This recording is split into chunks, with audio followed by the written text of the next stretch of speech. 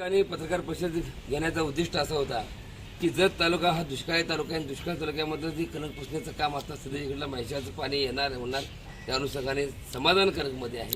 पण अजून पाणी उशिरा आणि कोरड घसर अशी परिस्थिती अनेक काही लोकांची आहे.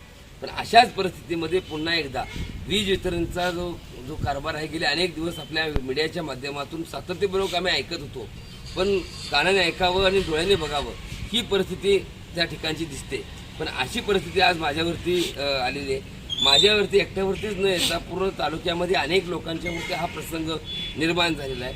त्या घरामध्ये मी वास्तव्य करतो त्या घरामध्ये फॅन असेल, फ्रीज असेल, TV असेल किंवा आणि इत्यादी वस्तू असतील, मिक्सर असेल, याच्या व्यतिरिक्त आतापर्यंतच्या कालावधीमध्ये 2000, 1800, 2800च्या 3000 याच्या आतमध्ये बिल येत असताना आज जर पाहिलं गेल्या 2 महिन्यापूर्वी आम्हाला कुठली पूर्वकल्पना न देता घरातील मीटर बदललं गेलं आणि त्यानंतर मला पहिलं बिल बघितलं ते बिल आलं 17,270 रुपयेचं आणि आता दुसरं बिल आहे ते 16,590 रुपयेचं.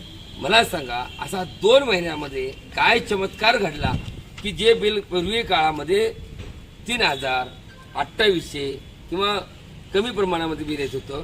मग असा 2 महिन्यामध्ये काय चमत्कार घडला की एवढे बिल 16,000, 17,000 बिल जर येत असेल ही कुठली यंत्रणा आहे, कसली यंत्रणा आहे, या गोष्टीचं मला कोडं पडले.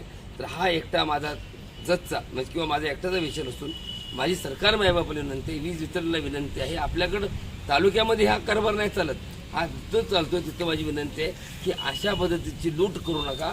हे कुठेतरी थांबवा. माणसं मरून जातील. ज्याचा पगार 8,000 आहे तरी 16,000 भरायचं कुठून, कुठल्या अँगलने भरणार. आणि मी बिल भरायला तयार आहे. मी बिल भरून बोलतोय. पहिला मी 17,000चं बिल भरलोय आणि आता 16,000चं बिल पण भरणार आहे. माझं मीटर पण काढू नका. असं किती दिवस चालते मला बघायचंच आहे. राज्यामध्ये जर समजा अशा पद्धतीचं जर बिल कोणाला येत असेल, तालुक्यामध्ये अशा पद्धतीचं बिल कोणाला येत असेल, माझ्याकडे 12 महिन्याची नाही तर 24 महिन्याची बिलं मी काढून ठेवलेली आहेत. 24 महिन्यामध्ये 2 महिन्यामध्ये मीटर बदलल्यानंतर जर असा चमत्कार जर घडत असेल तर मला वाटते 1,500 रुपये जे लाडक्या बहिणीला देतात तर मला वाटते 3,000 दिले तरी कमी पडणार नाहीत. कारण सरकारकडे डबल टिबल जर आमच्याकडूनच आमच्याच घरातून व्याजासकट मुद्दल सकट जर जात असेल तर हे कुठं सहन केलं जाणार नाही. माझी सर्वांना विनंती आहे आपण जे मंडळी आहेत ते प्रत्येकाने आपलं बिल चेक करावं.